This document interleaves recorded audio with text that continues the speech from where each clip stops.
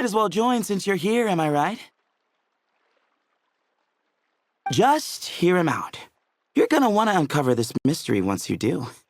I'd bet on it.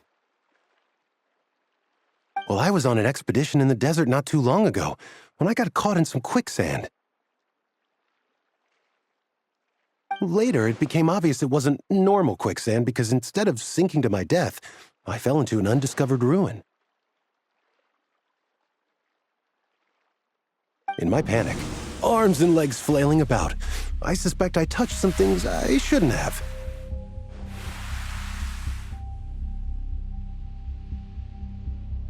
Because in that brief moment, an enormous amount of information came surging into my mind. I would hesitate to even call it knowledge, because my brain had no capacity to process the information.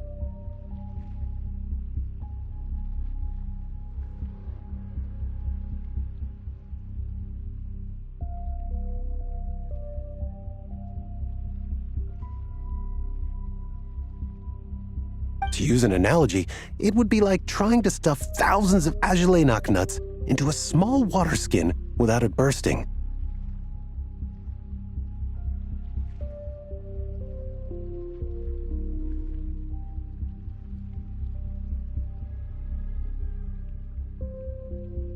Sorry again with the Agelenok nuts, I know.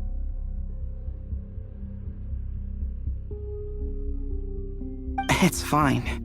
We're getting to that part of the story anyway. True. Well, just as I was on the verge of madness, a single phrase broke through the storm of thoughts in my head. It was a man's voice saying, "Don't eat Agelenok nuts."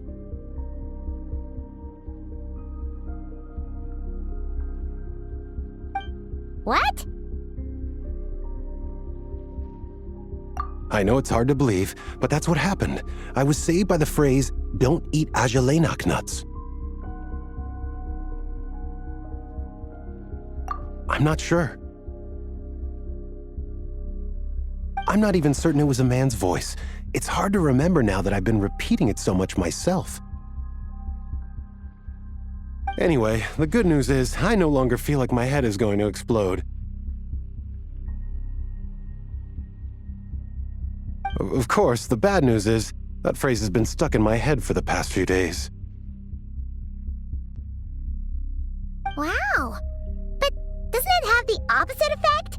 Like, the more you say don't eat it, the more you want to eat it? Yes, that's exactly right.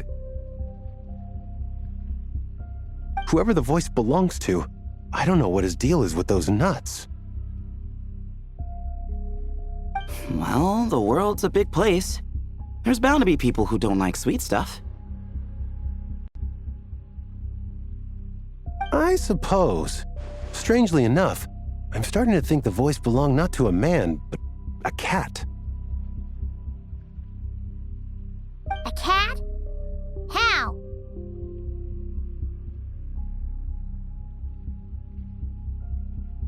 That's the question, isn't it? What would a cat be doing in an abandoned ruin like that?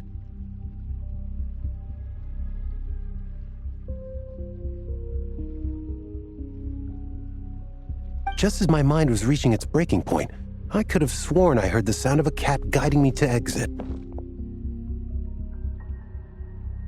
But when I came to, all I saw was endless desert, and Sethos shaking me in a desperate attempt to wake me up.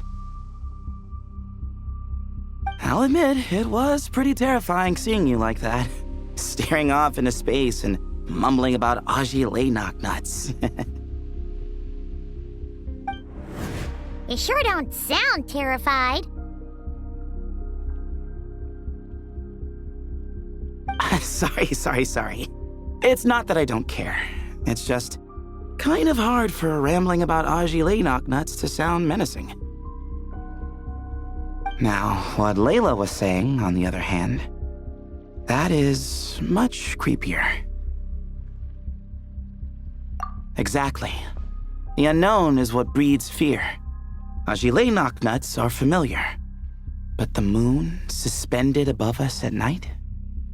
That's about as foreign as it gets.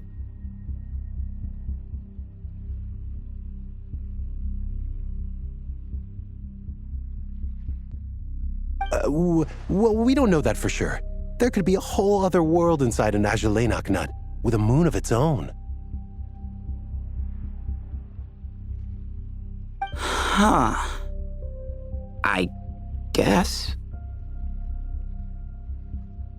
Azulenok nuts are not to be underestimated. Right, yeah, of course. Won't catch me disparaging the mighty Azulenok nut. No, sir.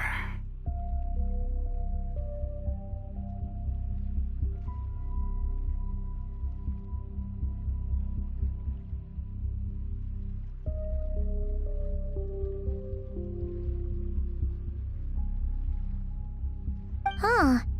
So, a similar thing happened to Layla then? Yeah, I think so. I was in a hurry to rescue Jur, so I put a marker on the incident site so we could go back and investigate.